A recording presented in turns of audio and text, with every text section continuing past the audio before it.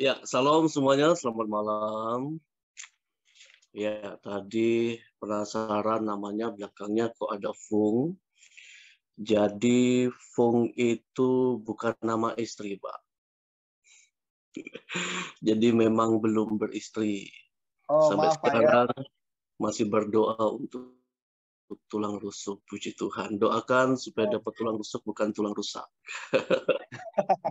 Ya, Terima selamat kasih. Maaf ya malam. Pak. Bapak, ya, nama saya Fungki. Saya dari Palembang.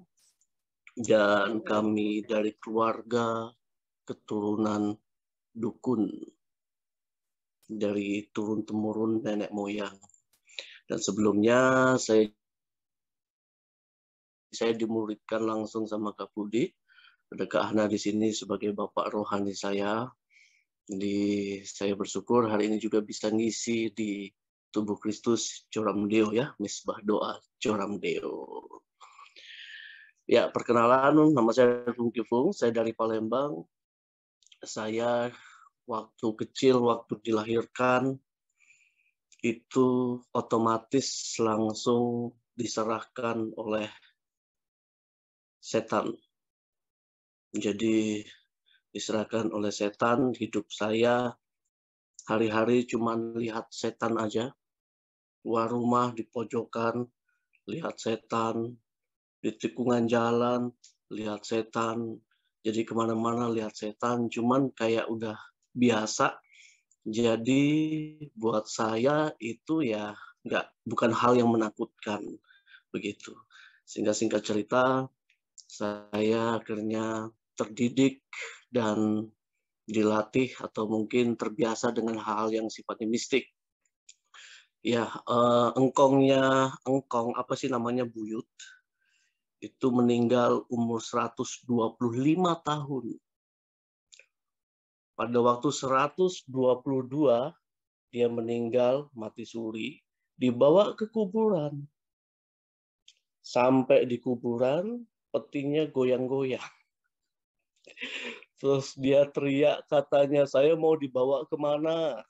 Akhirnya orang-orang yang bawa itu kaget, dia taruh. Akhirnya dibuka, hidup lagi. Cuman jasnya yang tadinya warna putih berubah jadi hitam. Dibawa pulang lagi. Dimandiin lagi, dibersihin, dan hidup 3 tahun lagi. Ya. Nah, akhirnya dari situ, ya seorang yang ditunggu, akhirnya saya dengan mudah untuk mempelajari ilmu-ilmu yang sifatnya mistik. Cepat gitu. Jadi kalau orang belajar lama dan penuh gagal, karena saya mewarisi kutuk keturunan yang diturunkan, akhirnya saya dengan mudah mempelajari itu. Nah, setelah dia mengumpulkan seluruh keluarga, anak-anak, cucu-cucu, semuanya, dan dia ingin cabut dari dunianya, di dunia dia tinggal, dan mewariskan semuanya, baru dia mati.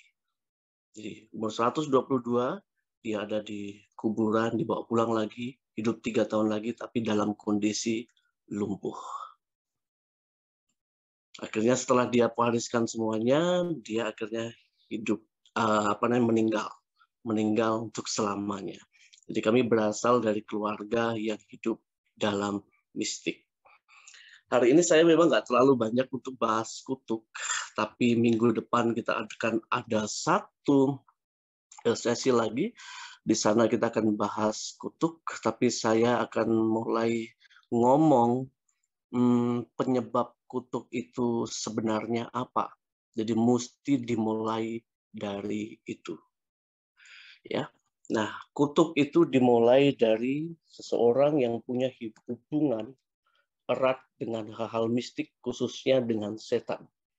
Dalam dunia ini kita kenal dengan okultisme. Ya, saya ada PPT, mungkin Ibu Sisil boleh bantu untuk tampilin, ya, okultisme. Nah, kalau lihat bonekanya lucu, ini seperti santet ya. Nah, jadi okultisme ini sangat banyak digemari oleh orang Indonesia.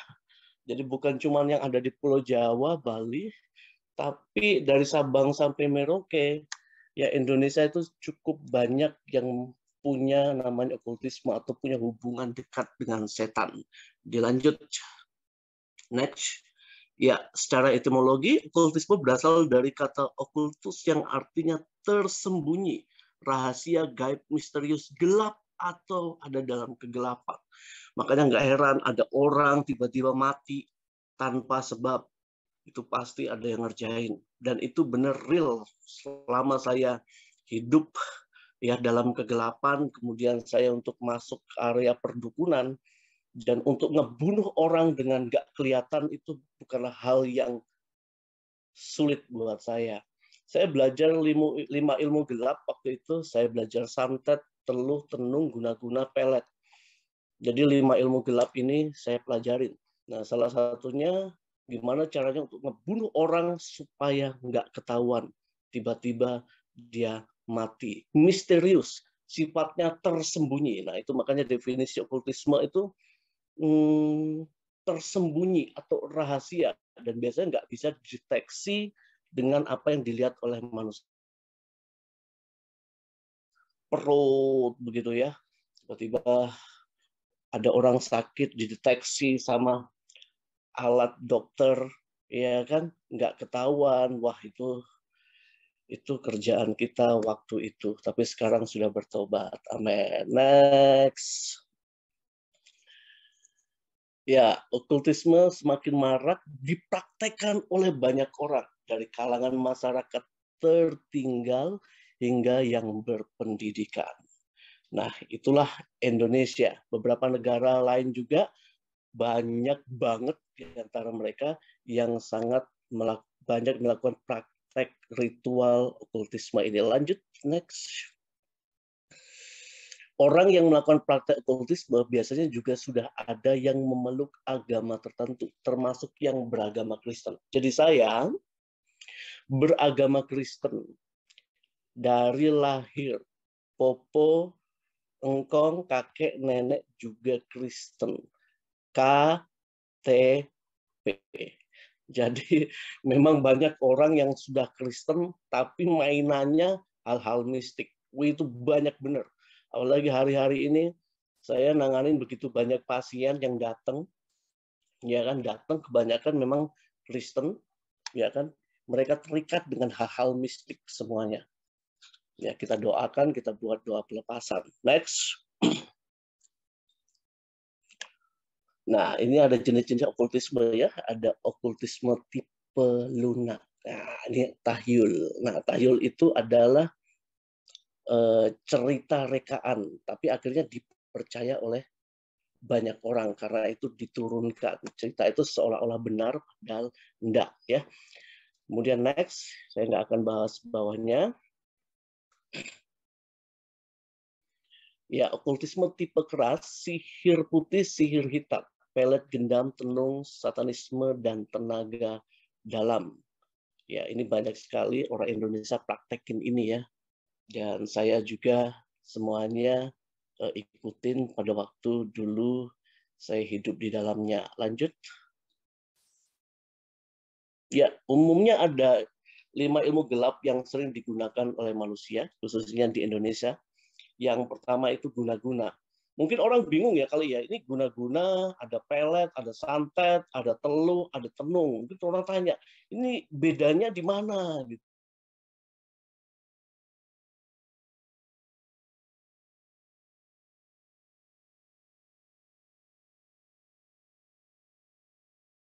Dengan detail bisa jelasin tentang 5 hal ini. Nah, kalau guna-guna, ini saya mau kasih tahu nih, kalau guna-guna, itu kaitannya itu dengan makanan. Hubungannya itu dengan makanan atau minuman atau pakaian. Kasih makanan, dimakan, tiba-tiba tunduk. Kasih makanan, ya tiba-tiba nurut aja. Kasih makanan, tiba-tiba linglung, tergantung mantranya dan tujuannya. Kemudian kasih cincin, nih cincin ini bagus nih, kamu pakai. Udah dipakai gelisah, dipakai bisa kecelakaan. Cincin-cincinan biasa aja, tapi diisi. Kemudian kaitannya juga selain itu juga dengan pakaian. Nah, biasanya dia suka titip pakaian atau barang sesuatu. Nah, aku titip dong, padahal itu isi. Dan guna-guna itu macam-macam. dan biasanya pembawa sial. Pembawa sial. Tujuannya adalah buat orang itu sial. Gagal. Bisnis gagal. Pernikahan berantem. Ya kan, dia ngalamin banyak masalah. Apapun yang dilakukan selalu sial. Gampang, mudah kecelakaan. Gitu. Pengennya, pokoknya hidupnya nggak pernah beruntung gitu. Nah, kalau anak-anak Tuhan kan mesti didesain kita untuk beruntung ya sebenarnya. Nah, orang-orang yang bebas dari kutuk dan kemudian melakukan firman, Tuhan bilang apa? Hidup kita akan beruntung. Tapi orang yang diguna-guna, ini hidupnya benar-benar ada di bawah kekuatan kuasa kegelapan. Hidupnya sial. Gitu. Toko yang tadinya sepi, toko yang tadinya rame ya jadi sepi begitu kan, dan itu banyak banget terjadi. Oke, nah itu biasanya kaitannya tuh dengan makanan, dengan minuman ya, dikasih minum, kemudian dengan pakaian gitu, dan ujung-ujungnya untuk bawa siap. Itu guna-guna. Kemudian pelet. Nah, pelet itu ilmu supaya orang lain mengasihi kita. Ilmu orang lain supaya sayang sama kita. Itu pelet. Saya masih ingat dulu sebelum bertobat, saya belajar 7 ilmu pelet. Ada jalan goyang, selase ireng, puter giling, semar mesem, semar kuning, jala sutra, sarine wulan. Saya berpikir kalau saya belum punya 7 ilmu pelet, ya saya nggak mau berhenti. Akhirnya saya dalemin 7 itu, dan karena mungkin saya ada dalam kutuk keturunan, sehingga saya dengan mudah belajar ilmu itu. Saya nggak banyak, beberapa kali saya nggak naik kelas waktu di SMA. Kalau yang lain belajar, saya justru malah belajar ilmu gitu, belajar ilmu pelet. Saya bertapa dan segala macam gitu kan. Dan waktu di SMA saya suka kalau waktu istirahat gitu kan. Oh, jadi orang-orang tuh nunggu gitu loh, nunggu di depan pintu keluar gitu. Dan siapa mereka? Mereka adalah orang-orang yang saya pelet. Dan dulu waktu saya pelet, saya nggak mencintai mereka sebenarnya, tapi pada waktu saya pelet itu karena dasarnya saya pengen diakui. Jadi keberhargaan diri saya itu pengen untuk diakui oleh orang. Oh, saya hebat, saya kebal, saya nggak umpan di bacok. Kemudian saya tubuh saya penuh dengan isi, kemudian saya tanam susu dari atas sampai bawah, dan pokoknya saya banyak sekali badan saya isi. Jadi keberhargaan saya itu saya pengen untuk orang lain mengakui kalau saya itu hebat gitu. Nah, salah satunya adalah melet wanita. Jadi semua dulu wanita yang dipelet ya dipilih gitu. Kalau yang jelek-jelek gitu kagak dipelet gitu kan. Maunya yang yang cantik-cantik gitu kan, mau dipelet gitu kan. Akhirnya di SMA, saya masih ingat di SMA Kader Pembangunan waktu itu, akhirnya saya dibilangin Raja Pelet karena kalau jam istirahat itu kantin-kantin tuh nungguin. Oh, nanti Pungki, ya, kamu kalau pas istirahat datang ke kantin ibu ya. Nah, ibu itu jualan. Nah, kenapa dia minta saya datang ke sana? Karena saya kalau waktu datang ke sana itu kantinnya rame banget. Dan yang datang itu cewek-cewek semua gitu kan. Karena memang saya nggak murni, saya pakai ilmu pelet gitu. Nah, pelet itu tujuannya supaya orang lain itu mengasihi kita, mencintai kita, dan caranya banyak. Ada yang tepuk, ada yang salam, pakai tangan, ada yang pakai mata. Tapi kalau sudah kena sebut namanya, kemudian disalam dan segala macam, pakai asap rokok segala macam, banyak cara. Dan biasanya mukanya tanda-tandanya merah. Gitu. Akhirnya birahinya mulai muncul, gitu, melamun, gitu. Nanti kalau ketemu kita, wow, dia pengennya apa-apa sama kita gitu. Tapi kalau pas kita nggak ada, dia nangis, merenung, bengong, kayak kan, bengong dan pengennya ketemu. Nanti kalau ketemu hilang semuanya, dia happy dengan kita. Tapi kalau kita pergi, dia langsung bengong, ya kan, dak-dikduk, gelisah, nggak bisa tidur. Itu ciri-ciri orang kena pelet ya. Nggak bisa tidur, panas dingin, kepalanya sakit, ya kan, kepalanya sakit. Kemudian kalau tidur itu biasanya di atas jam 12, macam-macam lah, ciri-cirinya macam-macam. Itu pelet. Nah, biasanya pelet dipakai untuk lawan jenis gitu ya, dipakai buat lawan jenis. Nah, santet lain lagi. Jadi kalau santet itu yang dipakai biasanya barang mati. Nah, saya jelasin dulu ya. Barang mati. Sebelum nanti next, mungkin minggu depan saya akan bicara tentang kutuknya. Gitu. Nah, ini kalau santet yang biasa dipakai adalah barang mati. Gitu. Biasanya dengan mistik isi beling perut orang, dan mistik isi paku perut orang. Dan biasanya yang dipakai seperti gambar ini boneka. Jadi barang mati.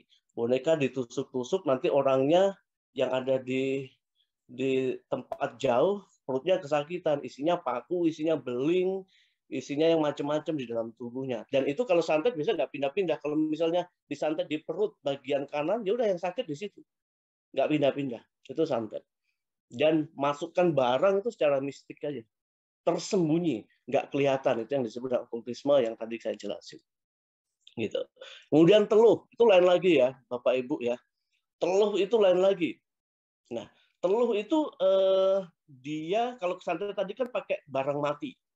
Tapi kalau teluh itu barang hidup bersenyawa. Barang hidup bersenyawa.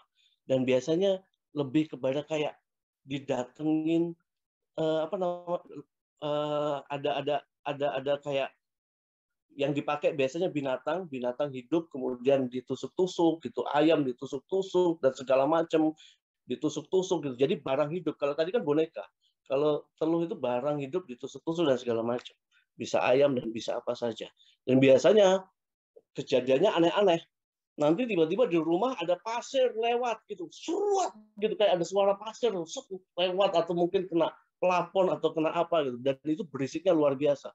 Membuat jantung itu dak dikduk, dak dikduk, dak dikduk. Dan itu yang diserang adalah ketakutan. Nah, kalau sudah takut, itu bahaya. Iblis bekerja dengan lebih luar biasa lagi. Makanya Alkitab bilang, Tuhan tidak memberikan kepada kita apa? Roh ketakutan, tapi roh damai sejahtera. Gitu. Kemudian kalau teluh itu, tiba-tiba kita lihat kayak ada api jalan, masuk ke kamar. Tiba-tiba dengar ada benda jatuh. Gitu. Tapi barangnya nggak ada. Barangnya nggak ada. Gitu. Nah, biasanya kalau dia sampai pendengaran kita terganggu, kemudian intimidasi dari semua itu akan membuat kita takut, akhirnya yang diserang pertama kan pikiran, kemudian masuk badan. Kalau pikirannya udah keserang, masuk badan. Nah, yang terjadi apa? Ada benjol-benjolan di badan. Benjolan di sini, benjolan di sini. Benjolannya gede-gede di sini, ya kan biasanya besar-besar. Nah, dia mengalami benjolan-benjolan. Tapi yang diserang pertama adalah pikiran. Ketakutan dengan sebaran pasir, dengan kayak ada barang lewat, ada barang jatuh, kemudian ada suara berisik begitu. Aduh, ada banyak suara gitu. Ini suara apa sih? Kemudian ada kelebatan bayangan. Nah, itu teluh. Teluh ini. Nah, teluh Bapak-bapak. Dan itu biasanya kalau sudah membuat intimidasi teramat sangat, orang itu takut, pikirannya keserang, akhirnya kena ke badan. Makanya ada orang sakit gitu kan. Dideteksi nggak apa-apa, tapi mentol-mentol badannya. Kemudian ada garis-garis, begitu. Ada garis-garis, kemudian ada luka-luka yang nggak ketahuan. Dan itu adalah teluh. Gitu. Nah, beda lagi sama tenung. Kalau tenung itu pengembangan dari santet dan teluh. Dia bisa pakai benda mati, dia bisa pakai benda bersenyawa. Dan cara kerjanya bukan di udara, bukan dari atas, tapi dia menyusup lewat tanah. Lewat tanah, menyusup lewat tanah. Nah, yang kayak gini, itu secara teori buat metafisika itu nggak bisa untuk ditangkal. Nggak bisa ditangkal. Kan banyak orang coba untuk menangkal kayak gitu kan. Nah, itu nyusup di tanah. Nyusup di tanah. Nah, yang kayak gini itu agak berat memang, agak berat. Nah, biasanya kalau sudah kayak gitu bisa barang hidup, bisa barang mati, dan biasanya itu yang diisi dalam perut orang kalau lagi ngerjain itu beragam. Bukan cuma paku aja, tapi beling dan bisa bermacam-macam. Bisa bermacam-macam. Dan itu karena pengembangan dari santet dan telur. Gitu. Tapi dalam nama Yesus, darah Yesus berkuasa untuk melindungi anak-anaknya yang dekat dengan Tuhan, ya, hidup intim dengan Tuhan, nggak mempan diguna-guna, nggak mempan dipelet, nggak mempan disantet, teluh, dan tenung. Wah, ini luar biasa. Kenapa begitu? Jujur, saya sendiri bertobat gara-gara pelet anak pendeta nggak mempan. Jadi saya itu bertobat gara-gara pelet anak pendeta nggak mempan. Gitu. Nah, saya belajar guna-guna. Saya belajar santet, saya belajar teluh, saya belajar tenung, saya pelajarin semua. Saya belajar pelet. Dan saya bisa pelet begitu banyak orang, pilih yang cantik-cantik. Sampai orang-orang Kristen yang pakai kalung salib kayak gitu ya, pakai kalung salib, disantet bisa. Ada apa? Gitu. Jadi itu roh agamawi ya, roh agamawi yang cuma pakai simbol-simbol aja, tapi dia nggak ngalamin keintiman dengan Tuhan. Pakai kalung salib. Terus saya ingat dong, oh iya di Golgota itu kan ada 3 salib ya. Salib kanan, salib kiri, dan salib tengah. Nah, kalau dia dipelet, diguna-guna, disantet, diteluh, ditenung, nggak mempan, berarti dia salib tengah. Berarti dia taruh Yesus di hati. Karena yang di salib tengah itu di Golgota siapa? Yesus. Dari kanan kiri penjahat. Nah, kalau pakai kalung-kalung salib, segala macam, masih mempan diguna-guna, pelet, santet, teluh, tenung, ya itu diragukan keintimannya dengan Tuhan. Gitu. Tapi keren banget. Ini anak pendeta luar biasa. Saya pelet, dan biasanya hitungan detik itu orang langsung mukanya merah, birahinya naik, dan akhirnya pengennya nempel dengan saya. Tapi ini nggak mempan. Di situ saya mulai penasaran. Ini kenapa kok nggak mempan? Ya singkat cerita, ternyata ini anak pendeta. Jam 5 pagi, udah bangun pagi, doa. Wih, keren nggak? Dan dia lakukan every day. Dari Senin sampai Sabtu, doyannya doa puasa. Doyannya baca Alkitab dan nyembah Tuhan. Keren banget kalau sudah kayak gitu. Nggak mempan untuk diguna-guna pelet, santet, teluh, dan tenung. Luar biasa. Jadi itu keintiman dengan Tuhan, itu nggak bisa dibeli dengan uang, tapi dijamin siapapun yang dekat dengan Tuhan Yesus, segala hal mistik, apapun juga yang coba untuk nembus tubuh kita, nggak mempan. Gitu ya, nggak mempan. Ya, next. Ya, pembuatan patung anak lembu ya lewat next itu dalam perjanjian lama ya. Kemudian penyembahan kepada patung, tugu, dan tiang berhala. Wah, dulu kan banyak penyembahan berhala, segala macam. Nah, ini banyak sekali yang turun-temurun dari atas itu hidupnya dalam penyembahan berhala. Nah, mungkin kita akan bahas mungkin ya nanti minggu depan. Ya. Ini bahaya sekali yang seperti ini. Dan kutuknya bahaya, bisa sampai ke anak cucu. Alkitab bilang tuh kutuk keturunan tuh bisa sampai keturunan ketiga dan keempat. Bahkan sampai ke cicit, sampai sekarang turun-temurun, kita nggak tahu apa yang dilakukan oleh orang-orang di atas kita. Tapi hidup kita kok sial, hidup kita kok nggak diberkati. Ini kan hidup kita penuh dengan kecelakaan, ini ada apa? Jangan-jangan ada kutuk. Wah, ini seru nih kalau dibahas. Ya, next. Ya, bertanya kepada arwah, wah ini anak, ini bahaya. Saya pernah waktu di Roxy saya lagi main ke sana, ada peramal, saya sudah jadi hamba Tuhan. Kan saya iseng. Ya, ada orang coba untuk minta diramal, saya iseng. Saya kan suka ngisengin orang yang itu, jadi saya datang, Pak, ramal saya coba, bisa nggak? Saya kasih tangan saya diramal, terus dia lihat begini, dia lihat tangan saya lagi, dia lihat begini, dia lihat tangan saya lagi, dia lihat muka saya. Sampai berulang-ulang kali, dia ambil kartu segala macam, dibuka, dia lihat muka saya lagi, kayak gitu. Habis itu langsung dia bilang begini, Pak, saya nggak bisa ramal, Pak. Gelap. Saya bilang, "Alah men." Ya, tapi jangan ikutin saya orangnya iseng gitu loh. Jadi jangan ikutin diramalin, itu nggak boleh. Itu akhirnya saya cuma pengen tunjukin dia dan saya pengen tunjukin bahwa saya adalah murid Tuhan Yesus, saya adalah anak Tuhan, dan saya ingin tunjukin bahwa orang-orang yang berada di dalam Tuhan, kuasanya jauh lebih besar. Akhirnya kita bersahabat, dan dia penasaran, akhirnya Injil disampaikan. Ya, lanjut. Mempersembahkan anak dalam api sebagai bentuk penyembahan berhala, itu di 2 Tawarik 33 ayat 6, itu di Perjanjian Lama. Nah, kalau dalam culture-nya orang Indonesia, biasanya dalam persembahan atau ada sesuatu yang dikorbankan, itu lebih kepada hal-hal yang sifatnya kemakmuran. Makanya ada istilah pesugihan. Wah, bapaknya kaya, tapi anaknya pada cacat. Bapaknya kaya raya, tapi anaknya mulai ada yang dilahirkan dalam kondisi idiot, dilahirkan dalam kondisi yang fisiknya nggak sempurna. Gitu. Nah, biasanya ada sesuatu yang diambil di bawahnya untuk dinaikin ke atas.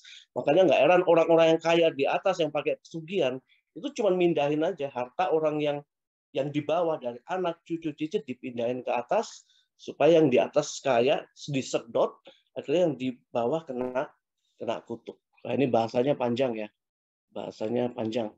Nah, saya Desember saya diundang di Semarang ya untuk mendoakan. Ya, saya dengar dia sangat diberkati bapaknya, tapi anaknya banyak yang ya kurang-kurang begitu segala macam. Akhirnya kemarin ada anak Tuhan diutus ke sana untuk nginjil, akhirnya si bapak itu terima Tuhan, dan mungkin Desember ada di sana dan sekaligus mendoakan anak-anak segala macam yang kena kutuk itu, ya kan? Dan luar biasa. Ya, panjang ya bahasanya, lanjut.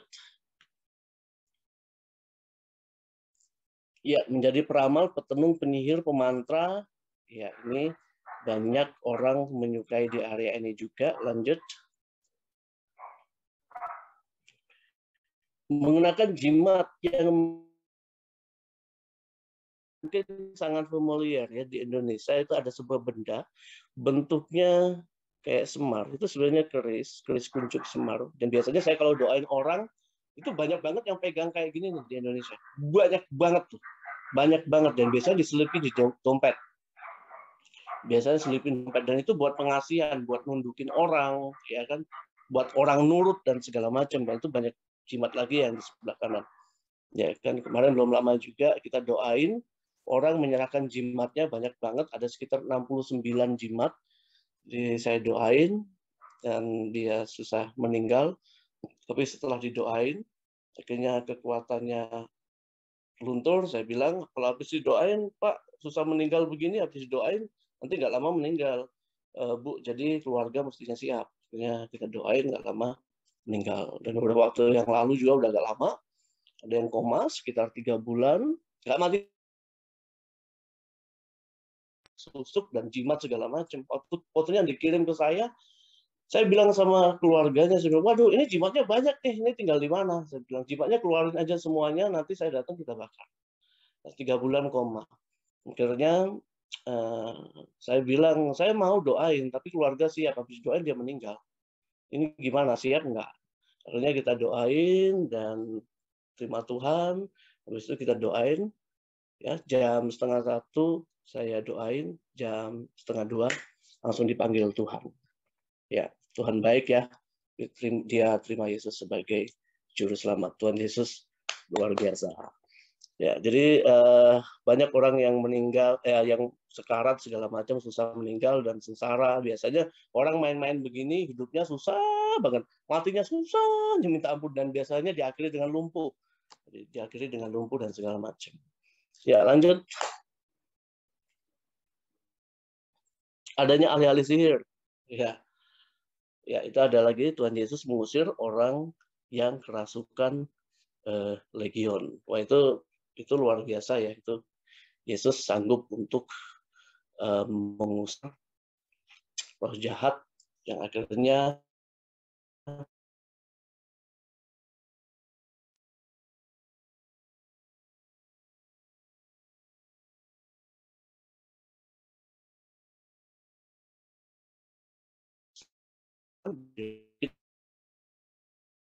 ya kemudian ada istilah kerasukan massal dan segala macam. Nah, biasanya kalau kerasukan massal ini ada historical di tanah itu dulu pernah ada kerasukan nggak cuma 1-5 orang,